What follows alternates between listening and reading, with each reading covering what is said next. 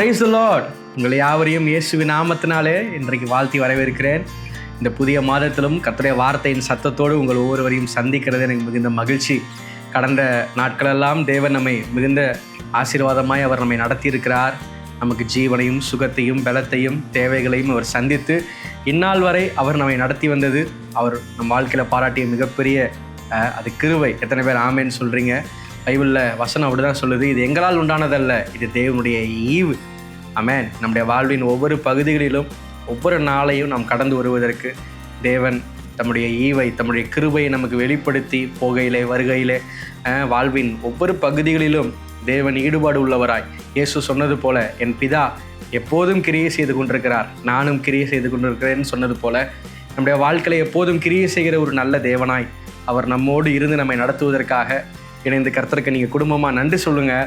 இத்தனை மாதங்களும் நம்மை அற்புதமாய் நடத்தி வந்த கர்த்தர் அடுத்த இருக்கிற இந்த சில மாதங்களிலும் தேவன் நிச்சயமாக உங்களை நடத்துவார். ஆண்டின் இறுதிக்கு நேராக நாம் கடந்து வந்திருக்கிறோம். இந்த ஆண்டு முழுவதும் தேவனாய் கர்த்தர் நம்முடைய வாழ்வின் ஏராளமான பகுதிகளில் கர்த்தர் நம்மோடு கூட இருந்து எல்லா பள்ளத்தாக்குகளிலும் அவர் நம்மோடு கூட இருந்து நம்மை மீட்டெடுத்து நடத்தி வந்திருக்கிறார். ஆமாம் தானே? ஹல்லேலூயா.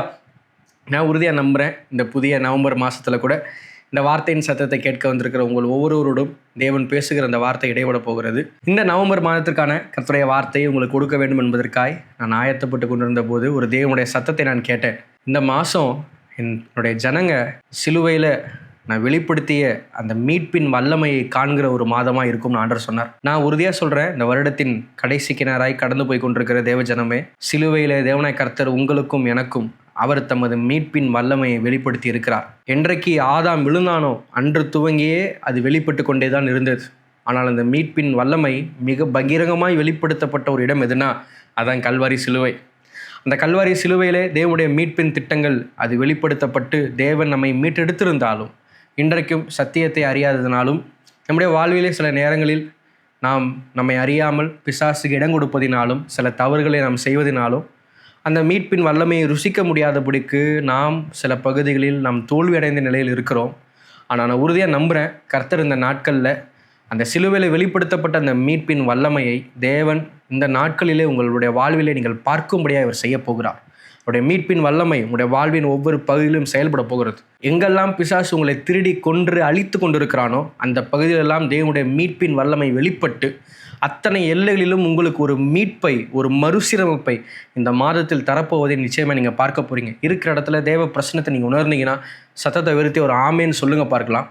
நான் இந்த வார்த்தையை தேவ பிரச்சனத்திலிருந்து உங்களை பார்த்து நான் பேசுகிறேன். கர்த்தர் என்னுடைய இருதயத்தில் பேசிய வார்த்தை இதுதான். என்னுடைய மீட்பின் வல்லமையை இந்த நாட்களில் உங்களுடைய ஊழியத்தோடு கூட இணைக்கப்பட்டிருக்கிற ஒவ்வொரு தேவ ஜனங்களும் அதை பார்ப்பார்கள் என்று ஆண்டவர் சொன்னார். நீங்கள் இந்த வார்த்தையை ஹானர் பண்ணுறதா இருந்தால் இருக்கிற இடத்துல சத்தம் ஒரு ஆமேன்னு சொல்லுங்கள். குடும்பமாக அமர்ந்து இந்த வார்த்தையை பிடிச்சி ஜெபிங்க. கர்த்தர் இந்த மாதத்தில் உங்களுடைய வாழ்வின் ஒவ்வொரு பகுதிகளிலும் நீங்கள் நினைத்து பார்க்க முடியாதபடிக்கு அசாதாரணமான காரியங்களை தேவனை கர்த்தர் செய்ய போகிறார். தேவனுடைய மீட்பின் வல்லமை உங்களுடைய வாழ்வின் ஒவ்வொரு பகுதியிலும் வெளிப்பட போகிறது. எங்கெல்லாம் நீங்கள் தோல்வி விட்டு இருக்கிறீர்களோ அங்கெல்லாம் அது இறங்கி செயல்பட்டு ஒரு பெரிய விடுதலையை அது உங்களுக்கு கொடுப்பதை நிச்சயமாக நீங்கள் பார்க்க போகிறீங்க. சத்தம் ஒரு ஆமேன்னு சொல்லுங்கள் பார்க்கலாம். ஏசாயா 35:10 இப்படியாக சொல்லுகிறது, கர்த்தரால் மீட்கப்பட்டவர்கள் திரும்பி ஆனந்த களிப்புடன் பாடி சீயோனுக்கு வருவார்கள். நித்திய மகிழ்ச்சி அவர்கள் தலையின் மேல் இருக்கும். சந்தோஷமும் மகிழ்ச்சியும் அடைவார்கள். சஞ்சலமும் தவிப்பும் ஓடிப்போம். இந்த வார்த்தையை தேவனை கர்த்தர் இந்த நாட்களிலே உங்களுடைய வாழ்வின் நிஜமாய் அவர் மாற்றப் போகிறார். நல்ல ஒரு ஆமேன்னு சொல்லுங்க பார்க்கலாம். இயேசுவின் நாமத்தினால இந்த ஏசாயா 35:10 உங்களுடைய வாழ்வின் அனுபவமாய் மாறப்போகிறது. உங்களுடைய நிஜமாய் மாறப்போகிறது. கர்த்தரால் மீட்கப்பட்டவர்கள் திரும்பி, கர்த்தர் உங்கள் வாழ்க்கையில் ஒரு திருப்பு முனையை கொண்டு வரார். நான் சொல்கிறேன், இதுவரை உங்களுடைய வாழ்விலே நீங்கள் புலம்பலோடு இருந்திருக்கலாம், அழுகையோடு இருந்திருக்கலாம், சில பகுதிகளில் நீங்கள் தோல்வியை அனுபவித்து கொண்டிருக்கலாம், கண்ணீரோடு இருந்திருக்கலாம். நான் சொல்கிறேன், அதிலெல்லாம் இருந்து மீட்கப்படுகிற ஒரு அனுபவங்களுக்குள் தேவன் உங்களை கொண்டு போக போகிறார். இங்கே வசனம் சொல்லப்பட்டபடி கர்த்தரால் மீட்கப்பட்டவர்கள் திரும்பி ஆனந்த களிப்புடன் பாடி, உங்களுடைய எல்லா அழுகையும் சந்தோஷமாய் மாறப்போகிறது. நல்ல ஒரு ஆமேன்னு சொல்லுங்க பார்க்கலாம். உங்களுடைய வாழ்க்கையில் எந்த பகுதியிலெல்லாம் சஞ்சலங்களையும் தவிப்புகளும் இருந்ததோ கர்த்தர் அத்தனை சூழல்களிலிருந்தும் இந்த மாதத்திலே உங்களை மீட்டெடுப்பதை நீங்கள் பார்க்க போறீங்க. எத்தனை பேர் விசுவாசிக்கிறீங்க? இந்த வார்த்தையை நான் ப்ரொஃபட்டிக்காக இதை பார்த்துட்டு இருக்கிறவங்க ஒவ்வொரு மேலேயும் நான் டிக்ளேர் பண்ணுறேன், தேவனுடைய மீட்பின் வல்லமை இந்த புதிய மாதத்திலே உங்களுடைய வாழ்வின் ஒவ்வொரு பகுதியிலும் அது வெளிப்பட்டே தீரும். உங்களுடைய தொழிலிலே, உங்களுடைய வியாபாரங்களிலே, உங்கள் கையின் பிரயாசங்களிலே, உங்கள் குடும்ப உறவுகளிலே, உங்கள் பிள்ளைகளின் வாழ்விலே எந்த பகுதியிலெல்லாம் பிசாசினுடைய பிடி இருக்கிறதோ அத்தனை பகுதிகளிலும் தேவனுடைய மீட்பின் வல்லமை வெளிப்படுவதை நீங்கள் பகிரங்கமாய் பார்க்க போறீங்க. நல்ல ஒரு ஆமேன்னு சொல்லுங்களேன் பார்க்கலாம். சங்கீதம் 107 அதிகாரம் அதில் 1 வசனத்தில் இப்படியாய் தாவீது சொல்லுகிறார், கர்த்தரை துதியுங்கள், அவர் நல்லவர், அவர் கிருபை என்றும் உள்ளது. இந்த வார்த்தையை யார் சொல்லுவார்கள், யார் பாடுவார்கள்ன்றத அடுத்த வசனத்துல சொல்றார். கர்த்தரால் சத்ருவின் கைக்கு நீங்களாக்கி மீட்கப்பட்டு கிழக்கிலும் மேற்கிலும் வடக்கிலும் தெற்கிலும் பல தேசங்களிலிருந்து சேர்க்கப்பட்டவர்கள் அப்படி சொல்ல கடவர்கள். நான் சொல்றேங்க, இந்த வசனம் உங்க அனுபவமா மாறப்போகுது. நான் சொல்றேன், உங்க வாழ்க்கையில நீங்கள் எல்லாரும் இணைந்து கர்த்தர் நல்லவர், அவர் கிருபை என்றும் உள்ளது என்று சொல்லக்கூடிய நாட்கள் உங்களுடைய வாழ்க்கையில வருகிறது. உங்களுடைய வாழ்க்கையில உங்களுடைய அழுகை பள்ளத்தாக்குகள்லாம் மாறி கர்த்தரை துதிக்கிற இடத்திற்கு தேவன் உங்களை கொண்டு வர போகிறார். சத்ருவின் கைக்கு எங்களை நீங்களாக்கி மீட்டார் என்று நீங்கள் சொல்லுகிற அனுபவங்களுக்குள் தேவன் உங்களை கொண்டு வருகிறார். உங்களுடைய எல்லா வீழ்ச்சியின் அனுபவங்களும், உங்களுடைய எல்லா தோல்வியின் அனுபவங்களும் அது சாட்சியின் அனுபவமாய் மாறப்போகிறது. கர்த்தர் எங்களை சத்ருவின் கைகளுக்கு நீங்களாக்கி மீட்டார். எந்த பகுதியெல்லாம் பிசாசனுடைய கை உடைய வாழ்வில் இருந்து கொண்டு இருக்கிறதோ அந்த பகுதியெல்லாம் கர்த்தர் எங்களை மீட்டார் என்று இந்த ஆண்டின் முடிவுக்குள்ளாய் நீங்கள் சொல்லும்படியான அனுபவங்களுக்குள் தேவன் நிச்சயமாக உங்களை கொண்டு வர போகிறார். நல்ல ஒரு ஆமேன்னு சொல்லுங்களேன் பார்க்கலாம். தேவனுடைய இருதயம் இயற்கையாகவே அது ஒரு மீட்பின் இருதயம் தான். God's heart is always redemptive by nature. இயற்கையாகவே அவருடைய இருதயம் ஒரு மீட்பின் இருதயம். ஏன்னா வேதத்தில் நம்மளால் பார்க்க முடியும், ஆதியில தேவன் உண்டாக்கிய பூமி, தேவன் சிருஷ்டித்தவைகள் தான். ஆனால் வசனம் சொல்லுது அவைகள் ஒழுங்கின்மையும் வெறுமையுமாய் இருந்தது. ஆண்டவர் அதை பார்த்துட்டு சும்மா விட்டுறலங்க, அங்கேயே அதை மீட்கிறார் பாருங்க. அந்த ஒழுங்கின்மையும் வெறுமையும் இருளும் நிறைந்த பூமியை தேவன் மிகுந்த அழகுள்ள ஒரு பூமியாய், மனிதன் தங்குவதற்கும் வாழுவதற்கும் ஒரு ஏற்புடைய பூமியாய் தேவன் மாற்றுகிறார். அவருடைய மீட்பின் வல்லமை வெறும் அவருடைய சிருஷ்டிப்புகளில் மாத்திர முடியாமல் அதை தாண்டி அடுத்தது தேவன் மனிதனை உண்டாக்குகிறார். அவன் விழுந்து போகிறான். நின்றுச்சுன்னு நினைக்கிறீங்களா? இல்லையே. கர்த்தர் 3 அதிகாரத்தில், ஆதியாகமம் 3 அதிகாரம், மனுஷன் விழுந்த அடுத்த உடனே கர்த்தர் அங்கு தன்னுடைய மீட்பின் திட்டத்தை வெளிப்படுத்துகிறார். உன் வித்தில் ஒருவர் தோன்றுவார், அவர் இந்த சத்துருவின் தலையை நசுக்குவார். மீட்பின் திட்டம் பாருங்க, மனிதன் விழுந்த அடுத்த நிமிடமே வெளிப்படுத்தப்படுகிறது. தேவனாய் கர்த்தர் அதற்கு பிறகு தேவன் தீர்க்கதரிசிகள் மூலமாய், நியாயாதிபதிகள் மூலமாய், ராஜாக்கள் மூலமாய் தன்னுடைய ஜனங்கள் ஒவ்வொரு முறையும் சிறைபிடிக்கப்படும் பொழுதெல்லாம், அடிமையாக்கப்படும் பொழுதெல்லாம் தேவன் தன்னுடைய மீட்பின் திட்டத்தை அவர்களை கொண்டு செயல்படுத்தி கொண்டே இருக்கிறார்.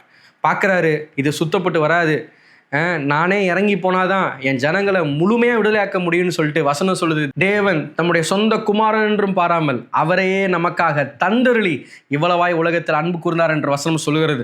தன்னுடைய சொந்த குமாரன் என்றும் அவர் பார்க்கவில்லை, தன்னுடைய ஒரே பேரன குமாரன் என்று பார்க்கவில்லை, அவரையே நமக்காக இந்த பூமிக்கு அனுப்பி அவர் நமக்காய் இரத்தம் சிந்தி நமக்காய் உயிரோடு கூட எழுந்து, அவர் எழுந்தது மாத்திரமல்லாமல் நம்மையும் அவரோடு கூட உயிரோடு எழுப்பி தேவனுடைய மீட்பின் வல்லமை அவர் நம்முடைய வாழ்வில் விளங்கும்படியாய் செய்திருக்கிறார். நான் சொல்கிறேன், உங்களுடைய வாழ்விலே நீங்கள் மீட்டெடுக்கப்பட வேண்டிய அனைத்து பகுதியிலிருந்து ஏற்கனவே இயேசு உங்களை மீட்டெடுத்து விட்டார். சிலுவையிலேயே உங்களுடைய வாழ்வின் எல்லா பகுதிகளிலும் நீங்கள் ஏற்கனவே மீட்டு எடுக்கப்பட்டு இருக்கிறீர்கள். நல்லா ஒரு ஆமேன்னு சொல்லுங்களேன் பார்க்கலாம். இந்த நாளில் இந்த சத்தியத்தை கேட்கிற இந்த நிமிடத்தில் தேவனுடைய சத்தியத்தின் வல்லமை உங்கள் வாழ்வில் வெளிப்பட போகிறது. சிலுவையின் மேன்மை உங்கள் வாழ்வின் நிஜமாய் மாறப்போகிறது. இந்த சுவிசேஷம் உங்களுடைய வாழ்வின் எல்லா பகுதிகளிலும் அது உங்களை விடுதலையாக்கி தேவனுடைய மீட்பின் வல்லமையை அது உங்களுடைய வாழ்வின் எல்லா பகுதியிலும் அது விளங்க செய்ய போகிறது. நல்லா ஒரு ஆமேன்னு சொல்லுங்களேன் பார்க்கலாம். இந்த ரிடம்ஷன், தேவனுடைய இந்த மீட்பின் வல்லமை வெளிப்படும் போது என்ன நடக்கும்? தேவனாய் கர்த்தர் யோவானுக்கு சில வெளிப்பாடுகளை தருகிறார். பாருங்க, அந்த வெளிப்பாடுல நடக்கிற ஒரு முக்கியமான ஒரு காரியத்தை நான் உங்களுக்கு நீ காட்ட விரும்புகிறேன். வெளிப்படுத்தின சுவிசேஷம் 21 அதிகாரம் அதில் 1 வசனத்தில் யோவான் இப்படியாய் சொல்லுகிறார், இதோ நான் புதிய வானத்தையும் புதிய பூமியையும் கண்டேன். கர்த்தர் பாருங்க, அந்த பழைய பூமி பழைய வானத்திலிருந்து கர்த்தர் அதை மீட்டு எடுத்து அதை புதுசாக மாற்றுறார். அது நடக்கும்போது என்ன ஆகுதுன்றதை தான் பின்வரும் வசனங்களில் அவர் சொல்கிறார். பாருங்க, இதோ நான் புதிய வானத்தையும் புதிய பூமியையும் கண்டேன், முந்தின வானமும் முந்தின பூமியும் ஒளிந்து போயின, சமுத்திரமும் இல்லாமல் போயிற்று. சரி, ஓகே, முந்தினது போயிடுச்சு, எல்லாம் புதுசாயிருச்சு. இதோட விளைவு என்னன்றத 4வது வசனத்தில் இப்படியாய் யோவான் அவர் கண்டதை சொல்லுகிறார். அவருடைய கண்ணீர் யாவையும் தேவன் துடைப்பார், இனி மரணமும் இல்லை, துக்கமும் இல்லை, அலறுதலும் இல்லை, வருத்தமும் இல்லை, முந்தினவைகள் ஒளிந்து போயின என்று விளம்பிற்று. பாருங்க, தேவனாய் கர்த்தர் இந்த முந்தின வானத்தை முந்தின பூமியை ஒழித்து அங்கு தேவன் ஒரு புதிய வானத்தையும் புதிய பூமியையும் தேவன் கொண்டு வரும்போது, அதாவது முந்தினதிலிருந்து தேவனாய் கர்த்தர் புதியதாய் அதை மீட்டு எடுக்கும்போது நடக்கிற காரியம் என்னன்னு பார்த்தீங்கன்னா, வசனம் சொல்லுது, அவர் சொல்கிறாரு, நான் உன்னை பார்த்தேங்க, அங்கே மரணம் இல்லை, அங்கே துக்கம் இல்லை, அங்கே அலறுதல் இல்லை, அங்கே வருத்தம் இல்லை, முந்தினது எல்லாம் ஒளிஞ்சு போயிடுச்சு, கண்ணீர்கள் எல்லாம் துடைக்கப்பட்டுருச்சு. இயேசுவின் நாமத்தினால இந்த வெளிப்படுத்தின விசேஷத்தில் 21ஆம் அதிகாரத்தில் 4வது வசனத்தில் சொல்லப்பட்டிருக்கிற அந்த வார்த்தை இந்த புதிய மாதத்தில் உங்கள் நிஜமாக மாறப்போகுது. நல்ல ஒரு ஆமேன்னு சொல்லுங்கள் பார்க்கலாம். கர்த்தராகிய தேவனுடைய வாழ்வின் எல்லா முந்தின அனுபவங்களையும் நீக்கி உடைய வாழ்விலே தேவனுடைய மீட்பின் வல்லமை வெளிப்பட்டு உங்களுடைய எல்லா காரியங்களையும் அது புதியதாய் மாற்றப் போகிறது. புதிய உலகமாய் உங்கள் வாழ்வு மாறப்போகிறது. நான் சொல்கிறேன், இது வரைக்கும் உங்களுடைய கடந்த கால உலகம் நிறைய கண்ணீரால் நிறைஞ்சிருக்குல்ல, நிறைய துக்கம், நிறையா அலறுதல், நிறையா பாடு, நிறையா வறுமை, நிறைய இழப்புல. நான் சொல்கிறேன், உங்கள் உலகம் மாறுது. நான் சொல்கிறேன், உங்களுடைய அட்மாஸ்பியரை கர்த்தர் மாத்துறார். முன்ன இருந்தது போல இனி இருக்காது. தேவனுடைய மீட்பின் வல்லமை இந்த புதிய மாதத்தில் உங்கள் வாழ்க்கையில் வெளிப்பட போகிறதுனால, இந்த சீசனில் உங்கள் லைஃப்பில் தேவனுடைய ரிடம்டிவ் பவரை நீங்கள் பார்க்க போகிறதுனால, நான் இயேசுவ நாமத்தில் சொல்கிறேன், கண்ணீர் இல்லாத ஒரு வாழ்வு, மரணம் இல்லாத ஒரு வாழ்வு, துக்கம் இல்லாத ஒரு வாழ்வு, அலறுதல் இல்லாத ஒரு வாழ்வு, வருத்தம் இல்லாத ஒரு வாழ்வு, முந்தின அனுபவங்கள் இல்லாத ஒரு வாழ்வை இயேசுவின் நாமத்தினால் இந்த வருடத்தின் முடிவுக்குள்ளாக உங்கள் வாழ்வை நீங்கள் பார்க்க போறீங்க. இந்த வருஷம் துவங்கினதுலேருந்து இன்னைக்கு வரைக்கும் ஒரு வேளை எந்த காரியத்தெல்லாம் குறித்து தொடரேறிச்சு அவங்க மனசை பிசாசு உடச்சிக்கிட்டே இருக்கிறானோ, அதில் ஒரு மாற்றம் வராதா, இதில் எனக்கு ஒரு விடுதலை வராதுன்னு எந்த காரியத்தெல்லாம் குறித்து ஏங்கி கொண்டு இருக்கிறீங்களோ, இயேசுவின் நாமத்தில் தேவனுடைய மீட்பின் வல்லமை உங்களுடைய சரீரத்தில், உங்களுடைய குடும்பங்களிலே, உங்களுடைய வாழ்விலே, உங்களுடைய தொழிலிலே, உங்களுடைய கையின் பிரயாசங்களிலே அது வெளிப்படுவதாக. உங்களுடைய கண்ணீர்கள், உங்களுடைய துக்கங்கள், உங்களுடைய அலறுதல்கள், உங்களுடைய மரண அனுபவங்கள் எல்லாம் இயேசுவின் நாமத்தில் நீங்கி ஒரு அனுபவங்களுக்குள்ளே ஒரு புதிய பாதைக்கு நேராய் கர்த்தராகிய தேவன் உங்கள் ஒவ்வொருவரையும் கொண்டு செல்வாராக. நல்ல ஒரு ஆமேன்னு சொல்லுங்க பார்க்கலாம் இருக்கிற இடத்துல. ஹல்லேலூயா. 3 காரியங்களை தேவன் உங்களோட பேசினார். அது ஒவ்வொன்றா உங்களுக்கு நான் சொல்ல போகிறேன். இந்த 3த்தையும் கர்த்தர் இந்த நாட்களில் உங்களுடைய நிஜமாய் தேவன் மாற்றுவார். எத்தனை பேர் அதை விசுவாசிக்கிறீங்க? யாத்திராகமம் 6ஆம் அதிகாரம் 6லிருந்து 7 வரை நீங்கள் வாசிக்கும் போது இஸ்ரவேல் ஜனங்களுடைய வாழ்க்கையில் வெளிப்படுத்தப்பட்ட தேவனுடைய மீட்பின் வல்லமையை நம்மால் பார்க்க முடிகிறது. என்ன ஆச்சு? நான் வாசிக்கிறேன், கவனிங்க. ஆதலால் இஸ்ரவேல் புத்திரரை நோக்கி, நானே கர்த்தர், உங்கள் மேல் எகிப்தியர் சுமத்தின சுமைகளை நீக்கி நான் உங்களை விடுவித்து உங்களை அவர்கள் அடிமை தினத்திற்கு நீங்களாக்கி ஓங்கிய கையினாலும் மகா தண்டனையினாலும் உங்களை மீட்டு உங்களை எனக்கு ஜனங்களாய் சேர்த்து கொண்டு உங்களுக்கு தேவனாய் இருப்பேன். உங்கள் மேல் எகிப்தியர் சுமத்திய சுமைகளை நீக்கி உங்களை விடுவிக்கிற உங்கள் தேவனாகிய கர்த்தர் நானே என்பதை அறிவீர்கள். தேவனுடைய மீட்பின் வல்லமை உங்கள் வாழ்வில் வெளிப்படும் போது நடக்கிற சம்பவம் என்னன்னா, தேவன் உங்களை முதலாவது புதிய அனுபவங்களுக்குள்ளே தேவன் கொண்டு போவார். பாருங்க, இஸ்ரவேல் ஜனனுடைய வாழ்க்கையில இந்த பாடுகள் நிறைந்த அனுபவம், இந்த கண்ணீர், இந்த அலறுதல், இந்த துக்கம், இது பாருங்க, இது ஏதோ 1 வருஷம் 2 வருஷம் இல்லைங்க, 400 வருஷ பிரச்சனை. தங்களுடைய அடையாளத்தையே மறந்துட்டாங்க, தாங்க யாருன்றதே மறந்துட்டாங்க. ஏன்னா எத்தனையோ சந்ததிகள் மாறிடுச்சு. தேவனாய கர்த்தர் அவர்களை எப்படி வைத்திருந்தார், அவருடைய மூதாதையர்களை தேவனாய கர்த்தர் எப்படியாய் தேவனாய கர்த்தர் ஆசீர்வதித்து இந்த பூமியில் வைத்திருந்தார், அதெல்லாம் மறந்துருச்சு. ஏன்னா 400 வருடம் தலைமுறைகளாய் மாறிடுச்சு. இப்படிப்பட்ட ஒரு பார்வோனின் பிடியில், அதாவது நான் சொல்லணும்னா, இன்னைக்கு ஒருவேளை உங்கள் வாழ்க்கையில் எந்த பகுதியிலெல்லாம் சத்ருவங்களை அப்படி பிடிச்சி வருட கணக்காக இழுத்து வச்சிருக்கிறானோ, பாருங்களேன், சில வீடுகள்லாம் சில பிரச்சனைங்க அது வந்திருக்கும். அந்த வீட்டோட அந்த அனுபவத்தையே மாற்றிடும் பாருங்க. எல்லாராலையும் இருக்கிற ஒரு சராசரி வாழ்க்கை அவங்களால வாழ முடியாது, ஒரு மாதிரி இருக்கும் வாழ்க்கையை. நான் சொல்கிறேன், இந்த புதிய மாதத்தில் கர்த்தர் உங்கள் வாழ்க்கையில் செய்ய போகிற காரியம், உங்கள் அனுபவத்தை கர்த்தர் மாற்றுறார். எல்லா வீழ்ச்சியான அனுபவங்களும் இயேசுவின் நாமத்தில் ஒரு மகத்துவமான அனுபவங்களாய் அது மாறப்போகிறது, மகிமையான அனுபவங்களாய் அது மாறப்போகிறது. எத்தனை பேர் ஆமேன்னு சொல்கிறீங்க? பாருங்க, நேற்றைய இரவு வரைக்கும் அவன் அடிக்கடிக்க வாங்கிக்கிட்டு அங்கே அடிமையாக வேலை பார்த்துக்கிட்டு இருக்கிறான். ஆனால் கர்த்தர் ஒரு இரவில் சரித்திரத்தை மாத்துறார். தேவனுடைய மீட்பின் திட்டம் வெளிப்படுத்தப்பட்ட போது வசனம் சொல்லுது, அவர்கள் வெள்ளியோடும் பொன்னோடும் அவர்கள் புறப்பட்டார்கள், அவர்களில் பலவீனப்பட்டவன் ஒருவனும் இல்லை. நேற்று அடிமையாக இருந்தவன் இன்னைக்கு ராஜா மாதிரி வராங்க வெளியே. தேவனுடைய மீட்பின் வல்லமை வெளிப்பட்டால் அது உங்களுடைய வாழ்வை தலைகீழான அனுபவங்களுக்கு நிறைய நடத்தும். முந்தின அனுபவமாய் அது இருக்காது. எத்தனை பேர் விசுவாசிக்கிறீங்க? ஜெபிங்க, ஆண்டவரே இந்த மாதத்தில் இந்த வல்லமை எங்கள் வாழ்க்கையில் வெளிப்படணும், அதை கிளைம் பண்ணுங்க. ஃபெய்த்தில் அதை கிளைம் பண்ணுங்க, விசுவாசத்தில் அதை எடுங்க. ஜெபம் எதுக்குன்னா, நம்ம இப்போ ஏதோ நம்ம உட்காந்து இப்போ ஜெபிக்கிறதுனால அது நமக்கு தேவன் தரப்போகிறதில்ல, அவர் ஏற்கனவே தந்துட்டார். அதை கிளைம் பண்ணுற ஒரு இடம் தாங்க ஜெபம். ஃபெய்த்தில் அதை கிளைம் பண்ணுற இடம் தான் ஜெபம். நீங்கள் ஏதோ இப்போ ஜெபிக்கிறதுனால தான் கர்த்தர் ஏதோ ஒன்று புதுசாக செய்ய போகிறதெல்லாம் நினச்சிக்காதீங்க. உங்கள் வாழ்க்கைக்கு இந்த வருஷம் வேண்டிய விடுதலையை கர்த்தர் 2000 ஆண்டுகளுக்கு முன்பதாகவே சிலுவையில் கொடுத்துட்டார். அதுதான் சத்தியம். சிலுவையில் அவர் எல்லாம் முடிந்ததுன்னு சொன்னப்பே உங்கள் வாழ்க்கைக்கான எல்லாவற்றையும் முடிச்சுட்டாருங்க. உங்களுக்கு இருக்கிற எல்லா தடைகளுக்கும் முற்றுப்புள்ளியை வச்சுட்டாரு. உங்களுக்கு வர வேண்டிய எல்லா நன்மைகளையும் தந்துட்டாரு. உங்களுக்கு புரியுதா? ஜெபம்ன்றது ஏதோ இனிமேட்டு கர்த்தர் எதையோ ஒன்று நம்ம கேட்கறதுனால அவர் உருவாக்கி தரப்போகிறது கிடையாது. உங்களுக்கு வேண்டிய எல்லாவற்றையும் அவர் ஏற்கனவே கொடுத்து விட்டார்.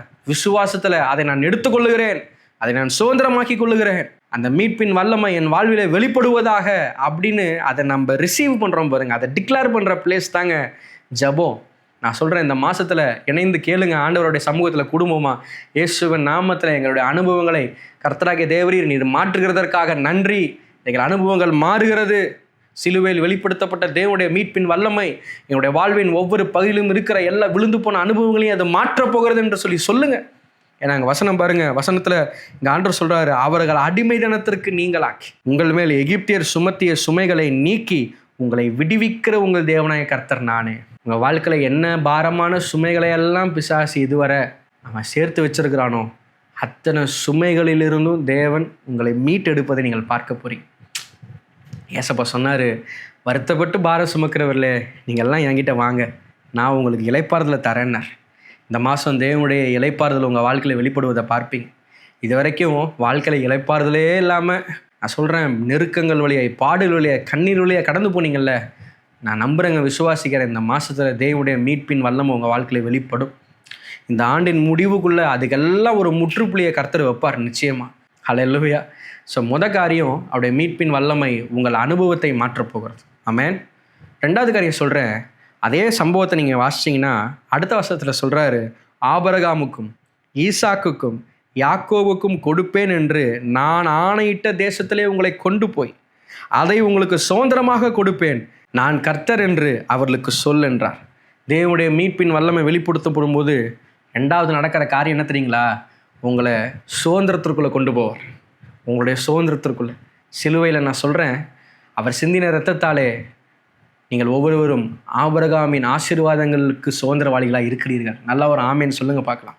உங்களுடைய தரித்திரத்தை அவர் ஏற்றுக்கொண்டார், உங்கள் நோய்களை அவர் ஏற்றுக்கொண்டார், உங்களையோ ஆபிரகாமின் ஆசீர்வாதத்திற்கு பங்காய் மாற்றியிருக்கிறார். நியாயப்பிரமாண சாபத்திற்கு உங்களை நீங்களாக்கி ஆபிரகாமின் ஆசீர்வாதங்களுக்கு நம்மை பங்குள்ளவராய் மாற்றியிருக்கிறார். எத்தனை பேர் ஆமேன்னு சொல்கிறீங்க பாருங்கள். இஸ்ரவேலர்கள் மாத்திரம் ஆபிரகாமின் ஆசீர்வாதங்களுக்கு சுதந்திரவாளிகள் அல்ல. வசனம் சொல்கிறது, ஆபிரகாமின் விசுவாசத்தை சார்ந்தவர்களாகிய யாவரும் ஆபிரகாமின் ஆசீர்வாதத்திற்கு பங்குள்ளவர்களாக இருக்கிறார்கள். நீங்கள் ஆபிரகாமுடைய விசுவாசத்தை சார்ந்தவர்களா? ஆபிரகாம் தேவனை நம்பினான், தேவனை விசுவாசித்தான், நீங்களும் அவரை தானே விசுவாசிக்கிறீங்க. அப்போனா ஆபிரகாமின் ஆசீர்வாதம் உங்களுக்கும் உண்டானதாய் அது இருக்கிறது. நல்லா ஒரு ஆமேன்னு சொல்லுங்கள் பார்க்கலாம். இங்கே பாருங்கள், தேவனை கர்த்தருடைய மீட்பின் திட்டத்தில் சொல்கிறாரு, உன் அனுபவத்தை நான் மாற்றுறேன். இனி அடிமைதனம் உன் வாழ்க்கையில் இருக்க போகிறது இல்லை, இனி சுமைகளும் உன் வாழ்க்கையில் இருக்க போகிறதில்ல. உன் அனுபவத்தை மாற்றினேன். ரெண்டாவது, உன்னை சுதந்திரவாளியாக நான் மாற்ற போகிறேன். ஆபிரகாம், ஈசாக்கு, யாக்கோபு உன்னுடைய மூதாதையர்களுக்கு நான் பண்ணின ஆசீர்வாதத்திற்கு உன்னை சுதந்திரவாளியாக நான் மாற்றப் போகிறேன். எத்தனை பேர் ஆமேன்னு சொல்கிறீங்க? இந்த மாதத்தில் நான் சொல்கிறேங்க, உங்கள் வாழ்க்கை நீங்கள் இழந்து போன சுதந்திரங்களெல்லாம் உங்களை திரும்பி வருகிறது. என்னவெல்லாம் உங்களுடைய வாழ்வில் நீங்கள் இழந்து போயிருந்தீர்களோ, நீங்கள் இழந்த சகல ஆஸ்திகளும் ஐஸ்வர்யங்களும் நன்மைகளும் இந்த ஆண்டில் வீணாக என் கையை விட்டு போச்சு. கஷ்டப்பட்டு அதை நான் உழைச்சேன், கஷ்டப்பட்டு அதை நான் பிரயாசப்பட்டேன். ஆனால் என் வாழ்க்கையில் பிசாசு அதை ஒரு சில விஷயங்கள் மூலமாக அதை திருடிட்டு போயிட்டான்றீங்களா? நான் இயேசுவின் நாமத்தில் சொல்கிறேங்க, இந்த நாட்கள் உங்களுக்கு அது ஒரு யூபிலி நாட்களாக இருக்கட்டும். உங்களுடைய காணியாட்சிக்கு நீங்கள் திரும்புகிற நாட்களாக இருக்கட்டும். உங்களுடைய வாழ்வின் எல்லா பகுதிகளிலும் தேவனுடைய மீட்பின் வல்லமை வெளிப்பட்டு நான் சொல்கிறேன், தேவன் உங்கள் ஒவ்வொருவரையும் சுதந்திரிக்கிறவர்களாய் தேவன் மாற்றப் போகிறார். சத்தம் ஒரு ஆமேன்னு சொல்லுங்களேன் பார்க்கலாம். ஹல்லேலூயா.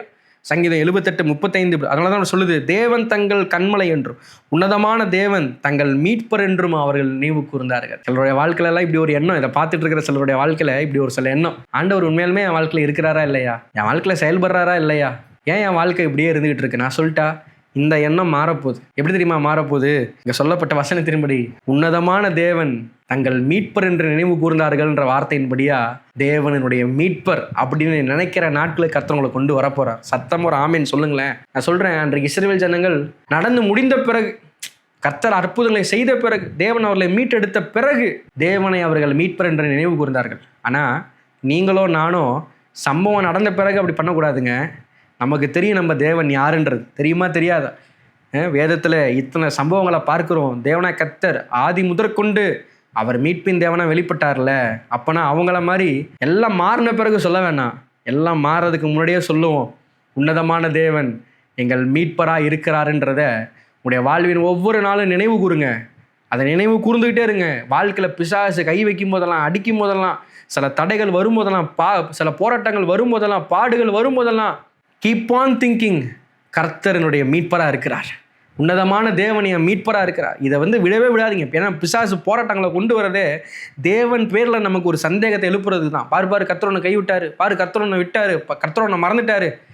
எழும்புங்க, விசுவாசத்தில் எழும்பி சொல்லுங்க, இல்லை, கர்த்தருடைய மீட்பராக இருக்கிறார், உன்னதமான தேவனுடைய மீட்பராக இருக்கிறார். அன்றைக்கு இஸ்ரவேல் ஜனங்களுக்கு தேவன் அப்படி ஒரு மீட்பராய் வெளிப்பட்டு இருப்பாரே, ஆனால் இன்றைக்கு என்னுடைய வாழ்விலும் நிச்சயமாக அவர் வெளிப்படுவார்னு சொல்லி உறுதியாக சொல்லுங்க.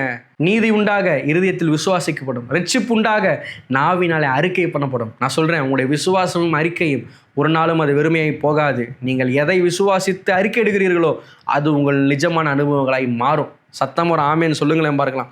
ஹல்லேலூயா. வேதத்தில் நம்ம எல்லாருக்கும் தெரிஞ்ச ஒரு சம்பவம் ரூத்.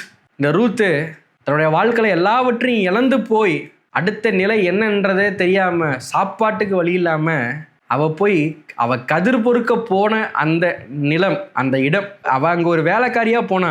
அவள் வாழ்க்கையில் ஒரு போவாஸ் உள்ள நுழைஞ்சாரு. போவாஸ் என்றாலே மீட்பர், ரெடிமர்னு அர்த்தம். சரியா? ரூத் வாழ்க்கையில் ஒரு போவாஸ் வந்தப்ப எந்த நிலத்துக்கு அவள் வேலைக்காரியாக இருந்தாலோ அதே நிலத்துக்கு இப்போ அவள் சுதந்திரவழி ஆயிட்டா. ரூத்தோட வாழ்க்கையில் ஒரு மீட்பர், ஒரு போவாஸ் வந்தபோது அவள் கண்ணீரோடு வேலை செய்த அந்த நிலமே கம்பீரத்தோடு அறுவடை செய்கிற சுதந்திரமாய் மாற்றப்பட்டது.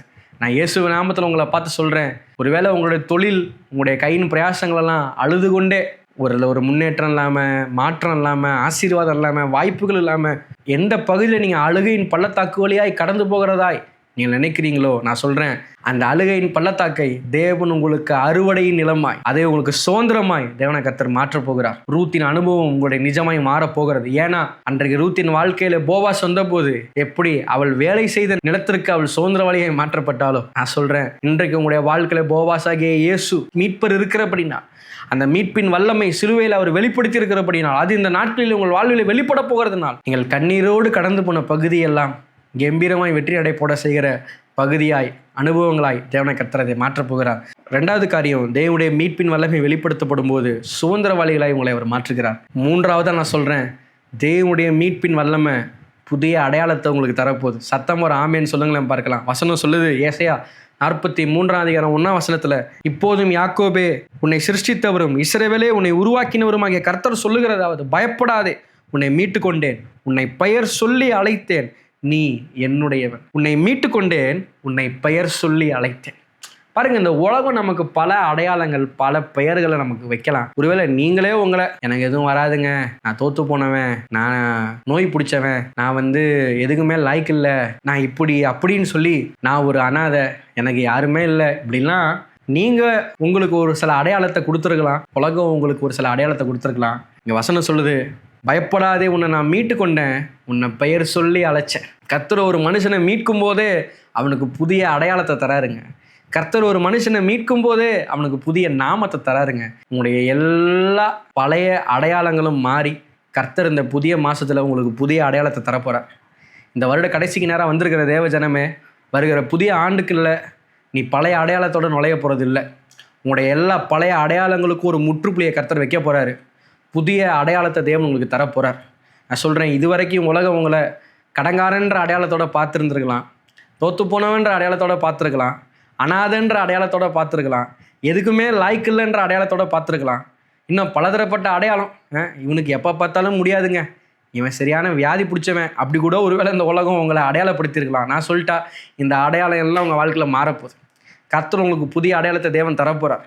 உலகம், நீங்கள் தேவனுடைய பிள்ளைகள், நீங்கள் முற்றும் ஜெயம் கொள்ளுகிறவர்கள், நீங்கள் மேன்மையானவர்கள், நீங்கள் ஆசீர்வதிக்கப்பட்டவர்கள், நீங்கள் விடுதலையாக்கப்பட்டவர்கள், நீங்கள் சுகமுள்ளவர்கள்னு உங்களை அடையாளம் காணுகிற நாட்கள் வந்து கொண்டு இருக்கிறது. நல்லா ஒரு ஆமேன்னு சொல்லுங்க பார்க்கலாம். நீங்கள் கையிடுவதெல்லாம் வாய்க்கும், நீதிமான் விரும்புகிற காரியம் அவனுக்கு கொடுக்கப்படும், அவன் சந்ததி அப்பத்துக்கு இறைந்து திரிவதில்லை, ஆஸ்தியும் ஐஸ்வர்யம் அவன் வீட்டில் இருக்கும். சங்கீதம் 112 அது தேவனை தேடுகிற பிள்ளைகளுடைய வரைபடமாக இருக்குது. அதில் சொல்லப்பட்டிருக்கிற வார்த்தையின்படியா அவன் சந்ததி பூமியில் பலத்திருக்கும், செம்மையோட வம்சம் ஆசீர்வதிக்கப்படும், ஆஸ்தி ஐஸ்வர்யமும் அவன் வீட்டில் இருக்கும், அவன் நீதி என்றென்றைக்கு நிற்கும், இருளில் அவனுக்கு வெளிச்சம் உதிக்கும், இரக்கமும் மன உருக்கமும் நீதியும் உள்ளவனாக அவன் இருப்பான், இறங்கி கடன் கொடுத்து தன் காரியங்களை நியாயமானபடி நடப்பிப்பான், அவன் என்றென்றைக்கு அசைக்கப்படாது இருப்பான், நித்திய கீர்த்தி உள்ளவனாக இருப்பான். துர்ச்செய்தியை கேட்கறதுனால அவன் இருதயம் பயப்படாது, அவன் இருதயம் கர்த்தரை நம்பி திடனாக இருக்கும். சத்துருக்களின் சரிகட்டத்தில் அவன் காணும் மட்டும் அவன் பயப்படாதிருப்பான். வாரி இறைப்பான், ஏழைகளுக்கு கொடுப்பான், அவன் நீதி என்றென்றைக்கு நிற்கும். இந்த வசனங்கள் எல்லாம் இயேசுவின் நாமத்தினால உங்கள் அடையாளமாக மாறப்போகுது. சத்தம் ஒரு ஆமேன்னு சொல்லுங்க பார்க்கலாம். இந்த 112 உங்களுடைய டிசைனாக மாறும். இந்த 112ஆல் கர்த்தர் உங்களை அலங்கரிக்க போகிறார். இந்த சங்கீதம் 112ஆல் கர்த்தர் உங்களை அலங்கரிக்க போகிறார். உங்கள் அடையாளத்தை தேவன் மாற்ற போகிறார். போன வருஷம் நம்ம பார்த்த ஆளாடான்னு கேட்குற அளவு கர்த்தர் வர புதிய ஆண்டில் உங்கள் அடையாளத்தை தேவன் மாற்றுவார். இயேசுவின் நாமத்தினுடைய எல்லா ஏழ்மையின் அனுபவங்களும் மாறும். ஒருவேளை இதை ஊழியம் செய்கிற தேவ மனிதர்கள் இதை பார்த்து கொண்டு இருப்பீங்களானா, கடந்த நாட்களிலே இருந்தது போல உங்களுடைய ஊழியம் இனி இருக்க போறது இல்லை. நீதிமானுடைய பாதை நடுப்பகல் வரைக்கும் அதிகமாக பிரகாசிக்கிற சூரிய வெளிச்சம் போல் இருக்கும் என்று சொல்லப்பட்ட வார்த்தையின்படியா நான் சொல்றேன், இயேசுவின் நாமத்தில் ஒரு அன்எக்ஸ்பெக்டட் growth-ஐ கர்த்தர் உங்கள் ஊழியத்தின் ஒவ்வொரு பகுதியிலும் தேவன் கொண்டு வர போறார். அடையாளம் மாறப்போகிறது. நான் ஏதோ ஒரு ஊருக்குள்ளே உட்காந்து நான் ஊழியம் செஞ்சுட்டு இருக்கிறேன்னு சொல்கிற ஆளா நீங்கள்? கர்த்தர் உங்களை அடையாளம் காண முடியாத தேவன் செய்ய போகிறார். தேசங்கள் உங்களை திரும்பி பார்க்க முடியாத நாட்கள் வந்து கொண்டு இருக்கிறது. இதை பார்த்து கொண்டிருக்கிற ஒரு தேவ மனிதனுக்கு இதை தேவனாய் கர்த்தர் தீர்க்கதரிசன சத்தமாய் தேவன் பேசிக் கொண்டிருக்கிறார். தேசம் உன்னை அடையாளம் காணுகிற நாட்கள் உனக்கு வருகிறது. ஏதோ ஒரு உட்கார்ந்து ஏதோ ஊழியம் செஞ்சுட்டு இருக்க நீ நினைக்காத. கர்த்தர் உன்னை வெளியரங்கப்படுத்துகிறார். God is bringing you out. கர்த்தர் உன்னை வெளியரங்கப்படுத்துகிறார். உனக்கென்ற ஒரு அடையாளத்தை, உனக்கென்ற ஒரு நாமத்தை, உனக்கென்று நான் சொல்றேன் ஒரு ஸ்தானத்தை தேவன் தருகிற நாட்கள் உனக்கு வந்துவிட்டது. ஆபிரகாமை பார்த்து கர்த்தர் சொன்னார், நான் உன் பெயரை பெருமைப்படுத்துவேன். I will make your name great. இதை பார்க்கிற தேவ ஜனமே, நான் ஏதோ உட்காந்து ஏதோ ஒரு தொழில் செஞ்சிட்டு இருக்கிறேன், ஏதோ ஒரு பிஸ்னஸ் நான் பண்ணிட்டு இருக்கிறேன், என்னை யாருக்கும் தெரிய மாட்டேது, என்னை யாருக்கும் தெரியல. இல்லை, கர்த்தர் உங்கள் பெயரை பெருமைப்படுத்துகிற நாட்கள் வந்துவிட்டது. தேவனுடைய மீட்பின் வல்லமை வெளிப்படுத்தப்படும் போது நான் சொல்றேன், நீங்கள் அடையாளப்படுத்தப்படுவீர்கள். தேவனுடைய மீட்பின் வல்லமை வெளிப்படுத்தப்படும் போது நீங்கள் இருந்த இடத்தில் இருக்க போவது இல்லை. தேவனுடைய மீட்பின் வல்லமை வெளிப்படுத்தப்படும் போது உலகமே உங்களை திரும்பி பார்க்கிற இடத்திற்கு தேவனை கர்த்தர் உங்களை கொண்டு வருவார். பாருங்க, யோசேப்புடைய வாழ்க்கை அது மோசமான ஒரு நிலையில தாங்க இருந்தது. ஒருவரும் அவனை அடையாளம் காண முடியல. அவன் யார் தெரியுமா? அவன் ஆபிரகாம், ஈசாக்கு, யாக்கோப் என்கிற மகா பெரிய மனிதனுடைய சந்ததியில் இருக்கிற ஒருவன். ஆனால் ஆளு பேர் தெரியாமல், ஊர் தெரியாமல், அட்ரஸ் தெரியாமல் கிடக்குறாங்க, குழியிலையும் சிறைச்சாலையிலையும் அங்கேயும் இங்கேயும். ஆனால் தேவனுடைய மீட்பின் வல்லமை வெளிப்பட்டுச்சு பாருங்க, அந்த தேசத்துக்கே கர்த்தர் அவனை ஒரு அடையாளமாக மாற்றிட்டார். அப்படி தான் தேவன் வர நாட்களில் உங்களை மாற்ற போகிறார். உங்கள் பட்டணத்திற்கு உங்களை அடையாளமாக மாற்றுவார். உங்கள் தெருவுக்கு தேவன் உங்களை அடையாளமாக மாற்றுவார். உங்களுடைய தொழிலிலே நான் சொல்கிறேன், தேவன் உங்களை ஒரு அடையாளமாக மாற்ற போகிறார். ஊழியத்தில் தேவன் உங்களை ஒரு அடையாளமாக மாற்ற போகிறார். நான் சொல்கிறேன், உங்களுடைய சாம்பலின் அனுபவங்கள் எல்லாம் கர்த்தர் சிங்காரமாக மாற்ற போகிறார். இந்த நாட்களில் தேவன் அப்படிப்பட்ட காரியங்களை உங்கள் வாழ்க்கையில் செய்வதை பார்க்க போகிறீங்க. இந்த 3 காரியங்களும் உங்கள் வாழ்க்கையில் ஒவ்வொன்றா நடக்குங்க இயேசுவின் நாமத்தில். உங்களுடைய அனுபவம் மாறப்போகுது. சுதந்திரிக்க தேவன் செய்ய போகிறாரு. புதிய அடையாளத்தை தேவன் தரப்போகிறாரு.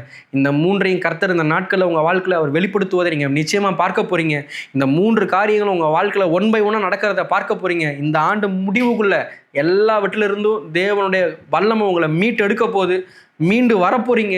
கர்த்தராகிய தேவன் புதிய அனுபவங்களுக்குள்ள, புதிய நான் சொல்கிறேன் அடையாளத்துக்குள்ள, புதிய சுதந்திரத்துக்குள்ள தேவன் உங்களை நடத்த போகிறாரு. விசுவாசிப்போம், நம்புவோம், தேவனை பிடிச்சிப்போம், வார்த்தையை சார்ந்து கொள்வோம். தேவன் மகிமையான காரியங்கள் நம்ம வாழ்க்கையில் செய்வார். ஒரு விஷயம் இருக்கிற இடத்துல கண்களை மூடுங்க. உங்களுக்காக நான் ஜெபிக்க விரும்புகிறேன். பரிசுத்த ஆவியானவரே, இந்த நாளில் கூட என்னுடைய வார்த்தையின் சத்தத்தை கேட்டுக்கொண்டிருந்த உங்களுடைய ஜனங்கள் ஒவ்வொருவருக்காக நான் ஜெபிக்கிறேன். இயேசுவின் நாமத்தினால் தேவனுடைய வல்லமை இப்போதே உமது பிள்ளைகள் இருக்கிற இடத்துல, daddy I release it in the name of Jesus. Yes பா, இப்போவே உமது பிள்ளைகள் இருக்கிற இடத்துல உங்களுடைய தொடுதலை அவர்கள் உணர்வார்களாக. எஸ் டாடி, அவங்க எங்கேருந்து உங்களுடைய சத்தத்தை இப்போ கேட்டுட்டு இருந்தாலும் அப்பா, உங்களுடைய மீட்பின் வல்லமையை இப்போதே உங்கள் பிள்ளைகள் மீது நான் பிரகடனப்படுத்துகிறேன். I declare it in the name of Jesus. Yes daddy, நீங்கள் ஏற்கனவே சிலுவையில் எல்லா பகுதியிலும் இருந்து நீர் எங்களை மீட்டு எடுத்திருக்கிறீர். நீர் எங்களை மீட்காத பகுதி என்று ஒன்று இல்லவே இல்லை. ஆண்டவரே, உங்களுடைய மீட்பின் வல்லமை சிலுவையில் 2000 ஆண்டு முன்பதாகவே அது வெளிப்படுத்தப்பட்டாயிற்று. இப்போதே என்னை பார்த்து கொண்டிருக்கிற உமது பிள்ளைகள் ஒவ்வொரு வாழ்க்கையிலும் அந்த மீட்பின் வல்லமை இப்போதே இறங்குவதாக, அது இறங்கி கிரியை செய்ய தொடங்குவதாக. ஆண்டவரே, நீர் இஸ்ரவேல் ஜனங்களை எப்படியாய் மீட்டீர் என்பதை நாங்கள் அறிந்திருக்கிறோம். ரூத்தோட வாழ்வு எப்படியாய் மீட்கப்பட்டது என்பதை நாங்கள் அறிந்திருக்கிறோம். இந்த மனுகுலத்தை உம்முடைய ஒரே பலியினால் நீர் எப்படி மீட்டெடுத்தீர் என்பதை நாங்கள் அறிந்திருக்கிறோம். அப்பா, இப்பொழுது நான் ஜெபிக்கிறேன், இதை பார்த்து கொண்டிருக்கிற தேவ பிள்ளைகள், இதை பார்த்து கொண்டிருக்கிறவர்கள் யாராக இருந்தாலும் சரி, எப்படிப்பட்ட பாடுகளாக இருந்தாலும் சரி, எப்படிப்பட்ட போராட்டங்களாக இருந்தாலும் சரி, இயேசுவின் நாமத்தில் வெளிப்படுத்தின விசேஷம் 21:4 அனுபவங்களாய் மாறுவதாக. இனி கண்ணீர் இல்லை, இனி துக்கம் இல்லை, இனி அழுகை இல்லை, இனி மரணம் இல்லை. முந்தின பூமி முந்தின அனுபவங்கள் ஒளிந்து போயிற்று என்று விளம்பியதுங்கிற வார்த்தையின்படியா இயேசுவின் நாமத்தில் எல்லா முந்தின அனுபவங்களும் இவர்கள் வாழ்விலே ஒளிந்து போவதாக, புதிய அனுபவங்களுக்கு நேராய், புதிய சுதந்திரத்துக்கு நேராய், புதிய அடையாளத்திற்கு நேராய் இந்த பிள்ளைகள் ஒவ்வொருவரையும் நடத்தி கொண்டு போகிறதற்காக நான் நன்றிட்டு நான் ஜெபிக்கிறேன். ஆபிரகாமின் ஆசீர்வாதம் உமது பிள்ளைகளுடைய அனுபவங்களை மாறுகிறதற்காய் ஸ்தோத்திரம். மீட்பின் வல்லமை உமது பிள்ளையுடைய வாழ்வின் ஒவ்வொரு பகுதிகளிலும் அது வெளிப்படுத்தப்படுகிறதற்காய் நன்றி செலுத்துகிறேன். ஆண்டவரே, என்னை பார்த்த ஒவ்வொரு தேவ பிள்ளைகளையும் நீர் ஆசீர்வதியும். இந்த வார்த்தையின் சத்தத்தை கேட்ட ஒவ்வொருடைய வாழ்விலும் உடைய விடுதலையின் வல்லமை அது வெளிப்படட்டும். அபரிவித மாற்றத்தையும் ஆசீர்வாதத்தையும் இந்த பிள்ளைகள் ருசிக்கட்டும். நீங்க அப்படியே செய்வதற்காய் நன்றி. ஆசீர்வதியும் இயேசுவின் நாமத்தினால் பிதாவே, ஆமென், ஆமென். எத்தனை பேர் தேவனுடைய பிரசன்னத்தை உணர்ந்தீங்க? இந்த வார்த்தையை உங்களுக்கு பேசி கொண்டிருக்கும் போதே நான் அவ்வளோ தேவ பிரசன்னத்தை நான் உணர்றேன். நான் சொல்கிறேன், தேவன் பேசுகிறார் என்பதற்கான சான்று தேவனுடைய பிரசன்னம். இந்த வார்த்தை உங்களோட கூட இடைப்பட்டது உண்மைனா நிச்சயமாக இந்த வார்த்தையினுடைய வல்லமை உங்கள் வாழ்க்கையில் நான் விசுவாசிக்கிற அந்த ஆண்டின் இறுதிக்குள்ளே அது வெளிப்படுவதை பார்க்க போகிறீங்க.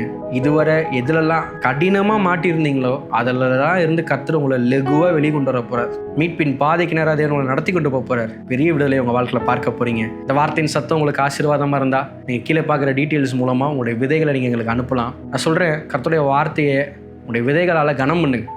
என்னை கனம் பண்ணுகிறவர்களை நான் கனம் பண்ணுவேன். ஆவிக்குரிய நன்மையை நம்ம அறுக்கும்போது சரீர நன்மையை நம்ம விதைக்கணும். அந்த சரீர நன்மையை நம்ம கர்த்தருக்கு விதைக்கும் போது அதோட அறுவடையை நம்மளால் துரிதமாக பார்க்க முடியும். ஆமென். அதனால் தேவனுடைய ராஜ்யத்திற்கு விதைங்க. இந்த செய்தி உங்களுக்கு ஆசீர்வாதமாக இருந்தால் இந்த செய்தி யாருக்கெல்லாம் தேவையோ அவங்களுக்குலாம் அதை பகிருங்க. உங்களுடைய உறவுகளுக்கு, உங்கள் நண்பர்களுக்கெல்லாம் இந்த செய்தியை பகிருங்க. தொடர்ந்து இந்த சேனலில் வர ஒவ்வொரு ஆராதனைகளையும் செய்திகளையும் கேட்டு ஆசீர்வதிக்கப்படுங்க. ஒவ்வொரு ஞாயிற்றுக்கிழமையும் மாலை 6:30 மணிக்கு திருச்சி ஏர்போர்ட்ல இருந்து ஒரு 4 கிலோமீட்டர் டிஸ்டன்ஸில் குண்டூர் MIT காலேஜ் இருக்கிற அந்த பகுதியில் ரெஸ்ட் லைஃப் ஃபெலோஷிப் அப்படின்ற ஒரு கேதரிங், அது ஒவ்வொரு சண்டே ஈவினிங் அது நடக்குது.